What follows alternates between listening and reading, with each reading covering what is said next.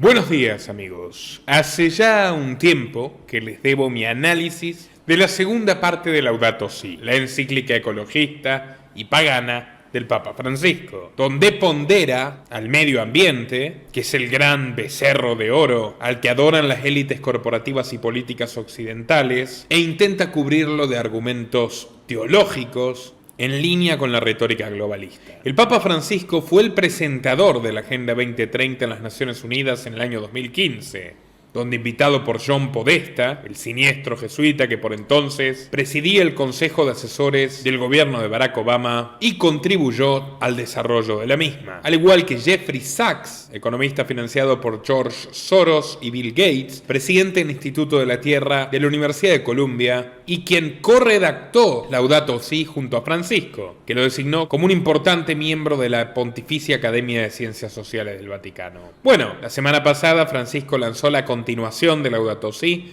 en un tono mucho más radicalizado y controvertido que la primera parte. Pero antes de pasar a detallar el desparpajo de este líder espiritual de la progresía, quiero afincar en una cuestión bastante más vigente y descarnada, que es la postura hipócrita que toma en torno al conflicto en Medio Oriente. Me refiero, por supuesto, a la nueva guerra que está comenzando entre Israel y Palestina, donde Israel, con el apoyo de las grandes potencias europeas, a las que a menudo Francisco reta, por ejemplo, por sus políticas migratorias, y también con el apoyo de Estados Unidos, se aventura a la aniquilación final de Gaza y de los civiles palestinos. Ya sabemos que el Papa Francisco ha traicionado y abandonado a los mártires católicos chinos, perseguidos por la dictadura roja de la cual es abiertamente cómplice. Dediqué un documental entero al respecto en el año pasado. Ya sabemos que ha abandonado a los católicos cubanos, muchos de ellos presos políticos del castrismo, con quien ha mantenido excelentes relaciones tanto con Fidel como con Raúl.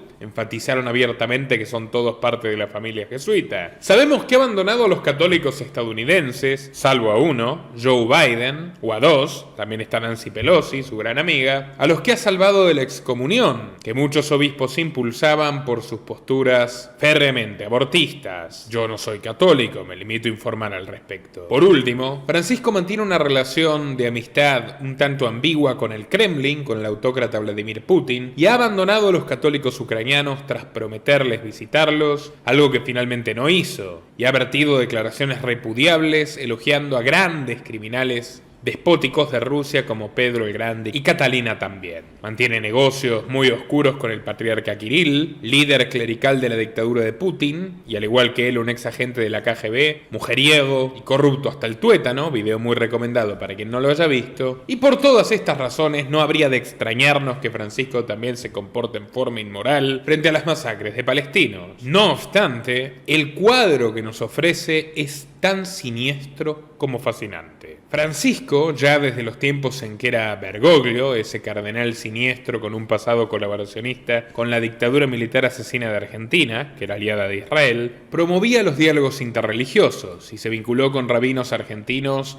enfáticamente sionistas y mantuvo una amistad estrecha con el lobby llamado DAIA, Delegación de Asociaciones Israelitas Argentinas, que se arroga la representación de la totalidad de la comunidad judía en Argentina, pero definitivamente no la tiene. Hay corrientes que disputan fuertemente el discurso de la DAIA, especialmente en lo que refiere a la justificación de los crímenes de lesa humanidad cometidos contra Palestina. La DAIA es más pro-israelí que pro-judía, como ha señalado, por ejemplo, Jorge Elbaum, referente judío argentino. De todas formas, ya siendo papa, sus guiños al sionismo, que es un movimiento identitario, originalmente laico, nacionalista, xenófobo, y que explota maliciosamente la respetable identidad judía, se fueron acentuando. Francisco visitó Tierra Santa como segundo viaje después de asumir el papado, entre el 24 y el 26 de mayo del 2014. Se reunió tanto con Simón Peres, el presidente israelí, como con el líder de la Autoridad Nacional Palestina, Mahmoud Abbas, pero en un acto de clarísimo favoritismo, visitó la tumba de Theodor Herzl y le depositó una ofrenda floral. Theodor Herzl fue el fundador del sionismo, un periodista húngaro que vivió en Francia y en Viena y que sentó las bases de lo que hoy es el Estado de Israel a través de un libro llamado El Estado Judío, donde barajaba distintas posibilidades para instaurar un etnoestado para su comunidad como respuesta al creciente y repudiable antisemitismo en Europa. Barajó Baja California en México, la Patagonia Argentina y por supuesto Palestina, que ya era un país constituido hace siglos, en aquel entonces bajo el dominio del Imperio Otomano, y esto Herzl no lo sabía, pero pronto terminaría bajo las manos del Imperio Británico, que con apoyo de los barones Hirsch y Rothschild, que hicieron un lobby fervoroso para ello, terminaría cediendo a su idea. Sobre Palestina se construyó el Estado de Israel, un Estado probeta, artificial, imperialista, con colonos europeos, y todo esto diseñado por personajes siniestros que adherían a las tesis del supremacismo blanco, como narramos en este documental histórico y riguroso compartido el día sábado. Visítenlo si no lo han visto. Herzl no tenía una mirada particularmente favorable hacia el cristianismo, lo cual, si se quiere, puede ser entendible. Había sufrido el antisemitismo europeo en carne propia y había cubierto el caso de Alfred Dreyfus, el famoso capitán falsamente acusado de traición por una conspiración de camaradas en la Francia de fines del siglo XIX. Al respecto recomiendo el J'accuse, texto del escritor Émile Zola, Yo acuso, donde lo defendía, y la película de Roman Polanski, una reciente obra maestra que relata el caso.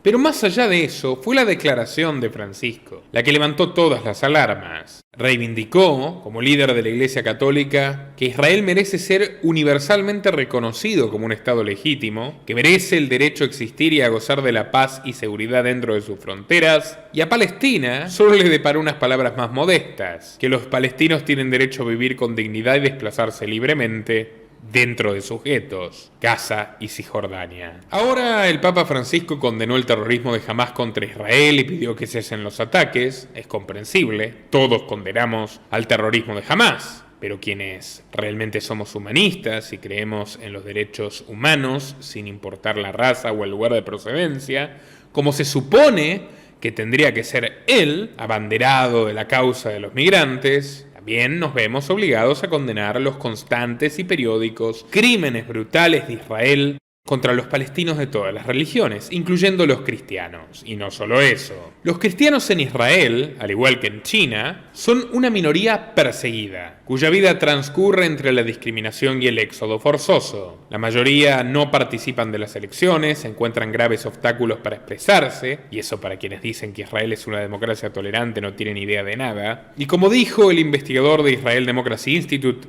Arik Rudnitsky, los árabes en Israel se sienten frustrados y tienen una gran falta de confianza en el Estado e incluso en los escasos partidos árabes, instrumentos meramente testimoniales para disimular que realmente allí rige una teocracia judía. Me refiero a los árabes que quedaron dentro de Israel, a los que a menudo les demuelen sus casas o los someten a todo tipo de vejámenes o detenciones arbitrarias, pero que aún así su vida es bastante más apacible que la de los torturados habitantes de Gaza y Cisjordania, cuyas terribles y paupérrimas condiciones describió aquí el experto Guillermo Montagne. Otro video muy recomendado. Hugh Lobat, del European Council on Foreign Relations, sostuvo que la población árabe en Israel sufre problemas realmente existenciales. Se sienten discriminados desde la misma creación del Estado de Israel en 1948 y que la gran mayoría de los expertos coinciden en que su situación no es la misma que la de los israelíes judíos, puesto que son discriminados sistemáticamente, tanto en el plano legal como en el económico. Existen 35 leyes, dice este experto, que garantizan derechos a los judíos y que son negligentes u omiten deliberadamente la mera existencia de los mismos derechos para los palestinos. Con lo cual, concuerda Jafar Farah, director del Mosawa Center, que declara: no somos ciudadanos de segunda. Directamente no tenemos estatus de ciudadanía. No se nos reconoce como pueblo, ni nuestros derechos naturales. Solo los judíos tienen derechos nacionales aquí. El crimen dentro de la comunidad árabe es una de las principales preocupaciones, porque tanto judíos como musulmanes pueden cometer delitos que no serán perseguidos por la policía dentro de aquellos barrios que de ninguna forma podrían perpetrar impunemente en los barrios de la mayoría social. Para ese 1.9% de cristianos que constituyen la población de Israel, la discriminación es doble. Son minoría por ser árabes y también son minoría dentro de los árabes por ser cristianos y no musulmanes. Las tasas de natalidad son muy bajas, los servicios públicos generalmente no les dan cobertura, no solo la seguridad, sino también la atención hospitalaria, y una enorme cantidad se ha mudado a países limítrofes u otros lugares del mundo, lo cual llamó la atención de la Conferencia Episcopal de la Iglesia en Tierra Santa, que en enero de 2019 se pronunció al respecto, sosteniendo que hay una base constitucional en Israel que discrimina a las minorías religiosas, pero el Papa Francisco jamás se ha pronunciado sobre el tema. Así que su solidaridad con los árabes, cristianos y los palestinos de bien es nula. Pero sin embargo, sí se lleva bien, no solo con Benjamín Netanyahu, con quien discutió muy amablemente si Jesús hablaba hebreo o arameo, y a quien ha invitado reiteradas veces al Vaticano, sino también con los enemigos armados de los civiles israelíes. Su vinculación con los ayatolas iraníes, iraquíes, chiitas que apoyan la idea de destruir Israel es muy cercana. Me refiero a Iré Sarafi, presidente de los seminarios islámicos de la República de Irán, y Ali al-Sistani, un gran ayatolá que ha lanzado constantemente saludos de simpatía y solidaridad a Hamas y Hezbollah, las organizaciones armadas islamistas de Palestina y el Líbano que han protagonizado ataques contra la población civil israelí. Así que una vez más, Francisco con lo peor de los dos mundos. Pasemos a la segunda parte de Laudato Si. Y ahora, abordando la cuestión de Laudato Si 2, la revancha, debo decirles que me vienen a la mente varias imágenes históricas. Papas que besaron el anillo de los emperadores de turno. Pío VII coronando a Napoleón. Pío XII bendiciendo a Adolf Hitler. En fin, sobran casos. Pero de todos modos, ningún pontífice fue más bufón y obsceno que el Papa Francisco. El actual ocupa del Vaticano. Ayer 4 de octubre, día de San Francisco de Asís, la oficina de prensa del Vaticano publicó la nueva exhortación apostólica de su líder sobre la crisis climática. Él la tituló Laudate Deum. Alaben a Dios. Créanme, amigos, que se trata de un auténtico manifiesto político del catastrofismo verde. En el texto, de poco más de 12 páginas, en español, el Santo Padre recuerda que han transcurrido 8 años desde que apareció su primera encíclica verde, Laudato Si, de 2015, y que escribe esta nueva exhortación ante la falta de reacciones suficientes. Es decir, anuncia desde el principio que correrá por izquierda a todo el globalismo de la élite occidental, exigiendo más autoritarismo ambiental, más restricciones al consumo y a la propiedad privada y a la libertad de producir de los habitantes, y en suma, más socialismo. Los invito a que recorran conmigo algunos fragmentos de este texto, insisto, pagano, porque les aseguro que supera con creces lo que cabía esperar del Papa Progre. Pero antes pongamos algo de contexto. La publicación de Laudato Deum llega en el marco del Sínodo de los Obispos, que se está desarrollando en Roma desde la semana pasada. Este encuentro ha irritado mucho a los sectores tradicionales de la Iglesia, que, vamos a decirlo, albergan una gran esperanza por el precario estado de salud de Francisco, y se toparon con una cantidad inesperada de reformas progresistas. Inesperada especialmente porque Francisco se estaba mostrando consciente de sus limitaciones en los últimos meses, pero al parecer, con todos los gestos que le lanzó a la conservadora, lo único que hacía era ocultar un gran caballo de Troya. Por primera vez desde el Concilio de Jerusalén del año 50 después de Cristo, las mujeres tendrán voz y voto en la asamblea. Serán 54 religiosas y laicas, de un total de 364 personas con derecho a voto, la mayoría obispos y cardenales. Pero esto es toda una novedad. Más allá de las formas, lo que más rencor ha despertado es el contenido, y es que el Papa Francisco se mostró abierto a que la Iglesia bendiga a parejas del mismo sexo, lo cual a mí no me molesta para nada, pero no soy católico, y el asunto está siendo tratado en este preciso instante mientras tú miras este programa. En julio, 5 cardenales de derecha enviaron una carta al Papa Francisco donde pusieron de manifiesto su preocupación al respecto, a lo que el pontífice contestó que, si bien solo la unión indisoluble de un hombre y una mujer puede llamarse matrimonio, no se debe perder la caridad pastoral. Si faltaban motivos para que los fieles se irriten, miren lo que fue ayer la inauguración del sínodo, donde Francisco se puso literalmente el traje de bufón de payaso de circo y convirtió a la plaza de San Pedro en un espectáculo grotesco.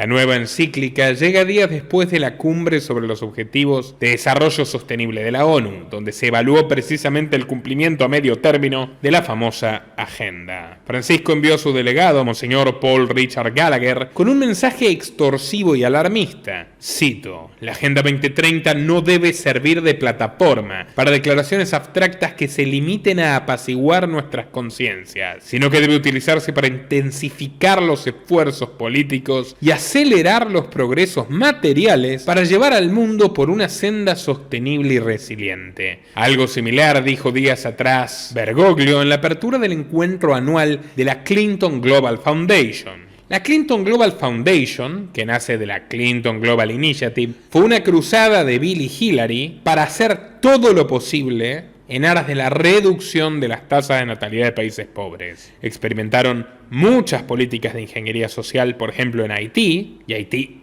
hoy es víctima de una nueva intervención militar globalista de la ONU, y han hecho desastres en otros lugares del mundo, por ejemplo África, de la mano de la Fundación Bill y Melinda Gates. Bueno, ahora Bill Clinton, por cierto, otro jesuita o amigo de los jesuitas, ya que cursó en la Universidad de Georgetown, pudo entrevistar al antipapa, y el antipapa llamó a actuar sobre la catástrofe ecológica antes de que sea demasiado tarde, y explicó que por eso estaba escribiendo Laudato Deum. Clinton y Francisco vienen haciendo muy buenas migas últimamente, y es coherente, ya que fue Hillary como secretaria de Estado y John Podesta como su mano derecha en tiempos de Obama los que instalaron la primavera católica, tal y como figura en WikiLeaks, para correr a Benedicto de su puesto, boicotearlo, sabotearlo, luego recluirlo y poner en su lugar al argentino advenedizo. El 5 de julio el Papa recibió a Clinton en su residencia de Santa Marta con toda su delegación, y entre ellos se encontraba ni más ni menos que un curioso invitado al que no anunciaron en la agenda oficial, pero que, como ven en este clip, se lo puede ver perfectamente: Alexander Soros, hijo y heredero del todopoderoso magnate George Soros y actual presidente de las Open Society Foundations, que es la red de lobby progresista más pujante del planeta. Recordemos que esta organización y sus grupos aliados han financiado todos los esfuerzos para legalizar el aborto en Argentina, Irlanda, Polonia, México y otros países tradicionalmente católicos, y lo lograron. Pero bueno, no reviste novedad alguna esta amistosa sintonía entre Francisco y la mafia Clinton, que sigue moviendo los hilos de buena parte del Partido Demócrata, ya que incluso hubo un obsceno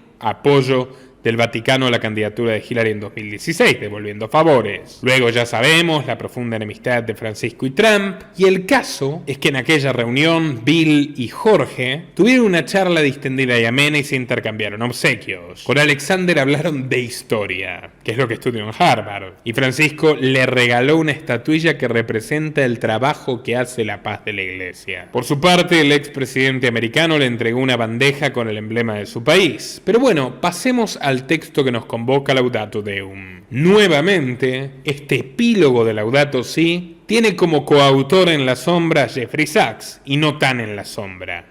Prominente intelectual del Foro de Davos, Sachs fue asesor nada menos que de 3 secretarios generales de la ONU y actualmente dirige el Centro para el Desarrollo Sostenible de la Universidad de Columbia. Sin embargo, en el terreno práctico no ha cosechado nada más que fracasos. Es conocido como el padre de la discutida terapia de choque aplicada en Polonia para acelerar la transición de una economía comunista a un sistema semicapitalista de corte socialdemócrata, y también por el proyecto The Millennium Village, las aldeas del milenio, que promocionó en una serie de MTV junto a Angelina Jolie. A principios de los años 2000 eligieron 12 aldeas africanas de la región subsahariana, la más pobre, y se aplicaron sus teorías económicas con inversiones que ascendieron a $120 millones. De la mano de la actriz, en un plazo de 5 años, estas pobres comunas debían convertirse en modelos a replicar por toda África para derrotar definitivamente la pobreza, pero el fracaso fue estrepitoso y quedó retratado en el libro crítico The Idealist de Nina Mann. Desde 2021, Sachs es miembro ordinario de la Academia Pontificia, como les dije, pero esta vez comparte protagonismo con la siniestra Marina Mazzucato, una economista fervorosamente atea, feminista de tercera generación, acérrima defensora del aborto, que ha tenido una amistad íntima con Bill Gates y que de hecho celebró la sopa china de 2020 porque pese a todas las muertes, el encierro masivo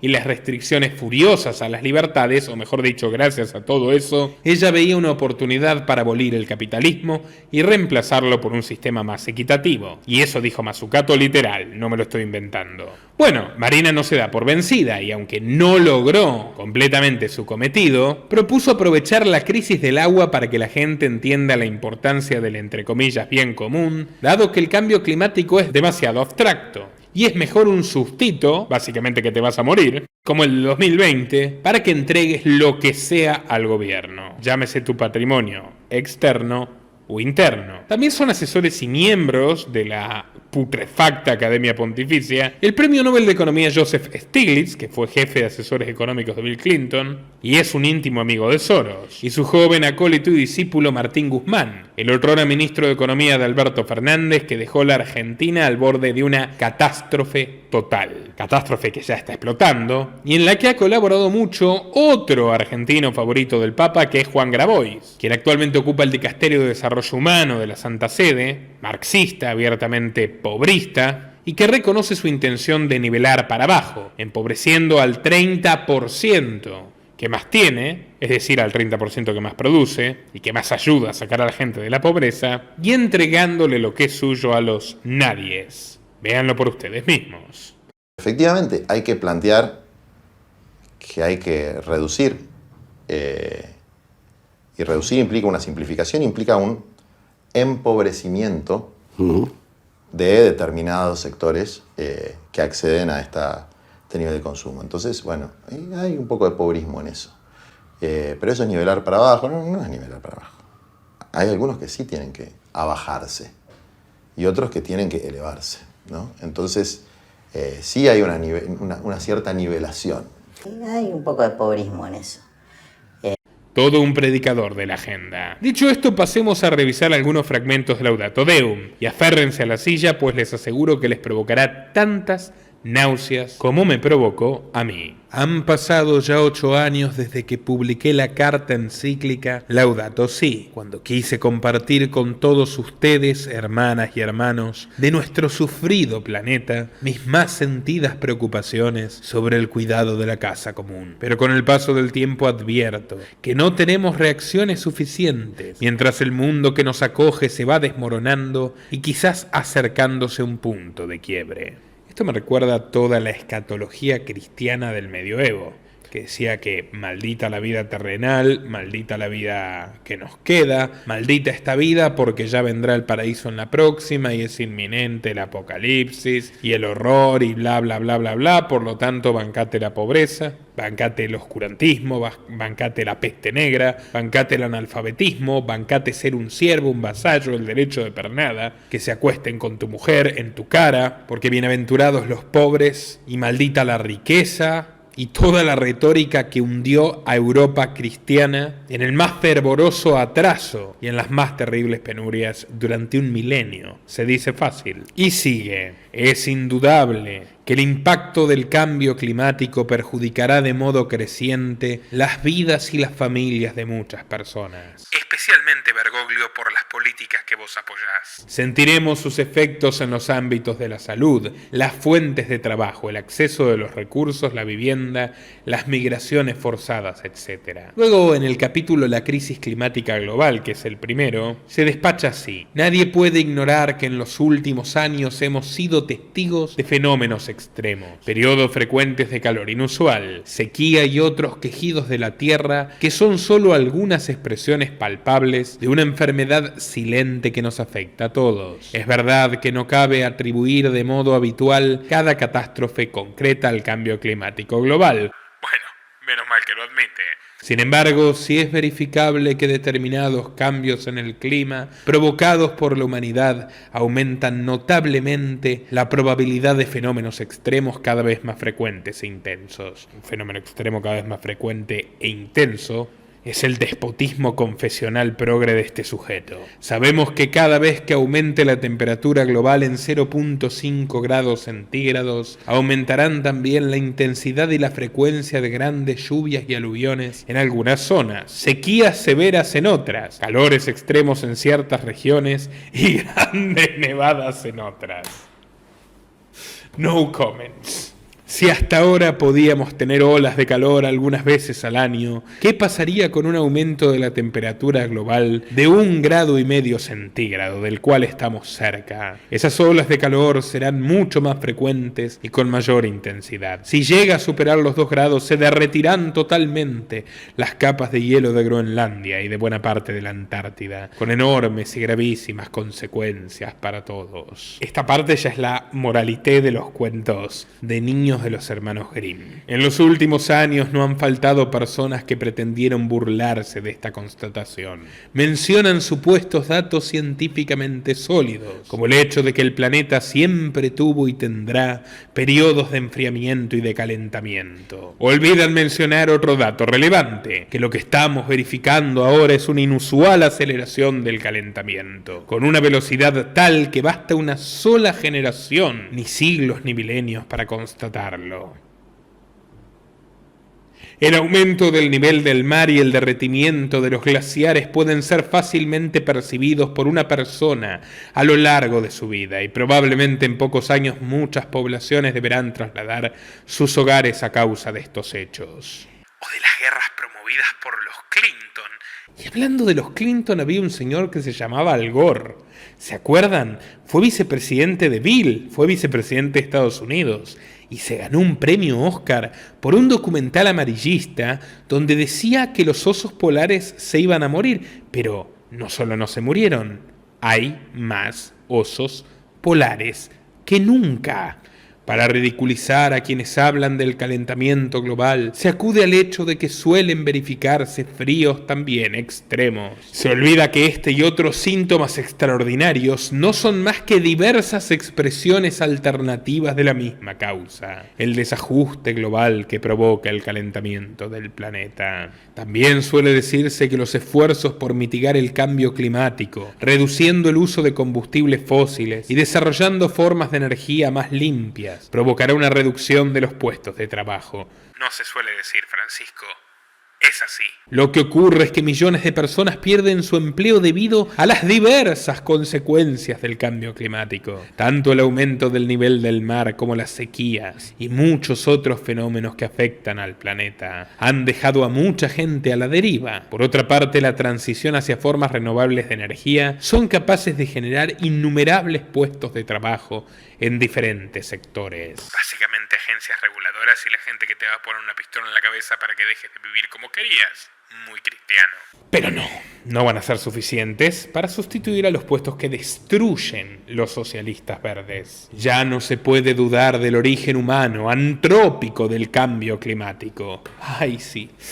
Mi culpa, mi grandísima culpa. La concentración de gases de efecto invernadero en la atmósfera, que por ese efecto provocan el calentamiento de la Tierra, se mantuvo estable hasta el siglo XIX, por debajo de las 300 partes por millón en volumen. Pero a mediados de ese siglo, en coincidencia con el desarrollo industrial, Ned Ludd, vuelven los luditas a quemar las fábricas. Comenzaron a crecer las emisiones. En los últimos 50 años, el aumento se aceleró notablemente, como lo ha certificado el observatorio de Mauna Loa, que toma medidas diarias de dióxido de carbono desde el año 1958. Por cierto, un observatorio financiado por la NASA y la Fundación Rockefeller. Muy confiable. Desde 1850 hasta hoy, la temperatura global aumentó 1.1 grados centígrados, fenómeno que se amplifica en las áreas polares. A este ritmo es posible que en 10 años alcanzaremos el límite máximo global deseable de 1.5 grados centígrados. Sí, pero sabe, señor Papa, el futurismo no le ha funcionado mucho a la Iglesia, ni a ninguna mitología.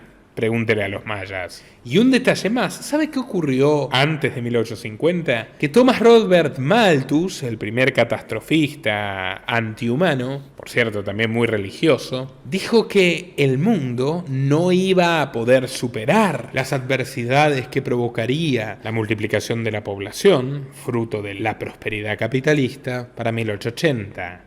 Resulta que estamos en 2023 y gracias a la innovación técnica, como señaló el gran economista francés liberal Frédéric Bastiat, que refutó a Malthus, hay 9 veces más personas de las que había en aquel instante, en 1850. Pero bueno, lamentablemente la crisis climática no es precisamente un asunto que interese a los grandes poderes económicos. ¡No me diga! Porque a mí me parece que está haciendo grandes negocios con el relato de la crisis climática. Pregúntele a sus amigos de Davos. Ellos están preocupados por el mayor rédito posible con el menor costo. Sí, pero a través del ecologismo. Y en el tiempo más corto que se pueda. No lo juzgue, al fin y al cabo dice que el mundo se va a terminar en 2 días. Algunas manifestaciones de esta crisis climática ya son irreversibles, al menos por cientos de años, como el aumento de la temperatura global de los océanos, su acidificación y disminución de oxígeno. Lo mismo hay que decir del proceso que lleva a la disminución del hielo continental. El derretimiento de los polos no podrá revertirse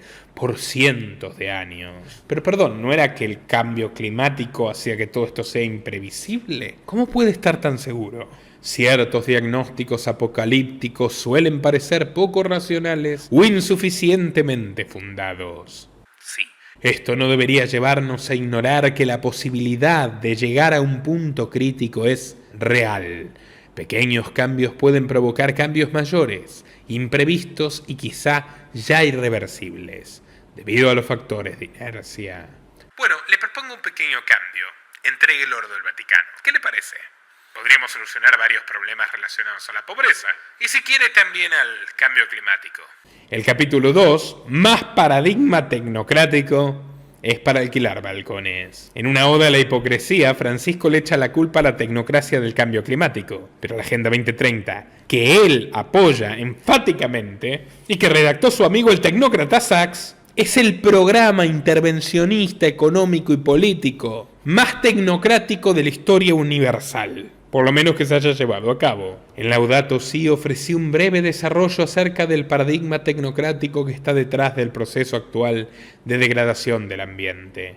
Es un modo de entender la vida y la acción humana que se ha desviado y que contradice la realidad hasta dañarla. Para que haya avances sólidos y duraderos me permito insistir que deben ser favorecidos los acuerdos multilaterales entre los estados. La gobernanza mundial. ¡Qué bien! Es el sueño de la tecnocracia, Francisco. Y hablando de tecnocracia, hay una historia que se llama Climagate. La pueden buscar por ustedes mismos. Wikileaks, la red del gran Julian Assange, por quien no ha escuchado orar a Francisco, que está preso y pasándola muy mal, reveló que la Universidad de East Anglia, uno de los más prestigiosos observatorios climáticos del planeta, manipulaba los datos, impidiendo que trabajos científicos muy bien realizados lleguen a la instancia de revisión de pares porque no apoyaban el discurso catastrofista radical. Por lo tanto, estaban manipulando y sesgando la producción de trabajos científicos con objetivos políticos y financieros, más subvenciones y una retórica muy conveniente para que nos digan que hay que construir todo de nuevo, pero verde, y cobrarnos por ello. Y señores, me temo que esa es la mejor definición práctica de tecnocracia. Pero sigamos con el charlatán. Hablemos sobre todo de organizaciones mundiales más eficaces, dotadas de autoridad suficiente para asegurar el bien común mundial, la erradicación del hambre y la miseria y la defensa cierta de los derechos humanos elementales. Me suena al internacional comunista, pero no salió bien. La cuestión es que deben estar dotadas de autoridad real, de manera que se pueda asegurar, y me imagino a Bergoglio golpeando la mesa, el cumplimiento de objetivos irrenunciables. De este modo se daría lugar a un multilateralismo que no dependa de las circunstancias políticas cambiantes, adiós democracia, o de los intereses de unos pocos y que tenga una eficacia estable. Klaus Schwab tiene un orgasmo con esto. Y Xi Jinping también. Más que salvar el viejo multilateralismo, parece que el desafío actual está en reconfigurarlo y recrearlo, teniendo en cuenta la nueva situación mundial. ¿Nuevo orden? Parece que sí. El mundo se vuelve tan multipolar y a la vez tan complejo que se requiere un marco diferente de cooperación efectiva. Se trata de establecer reglas globales y eficientes que permitan asegurar esta tutela mundial.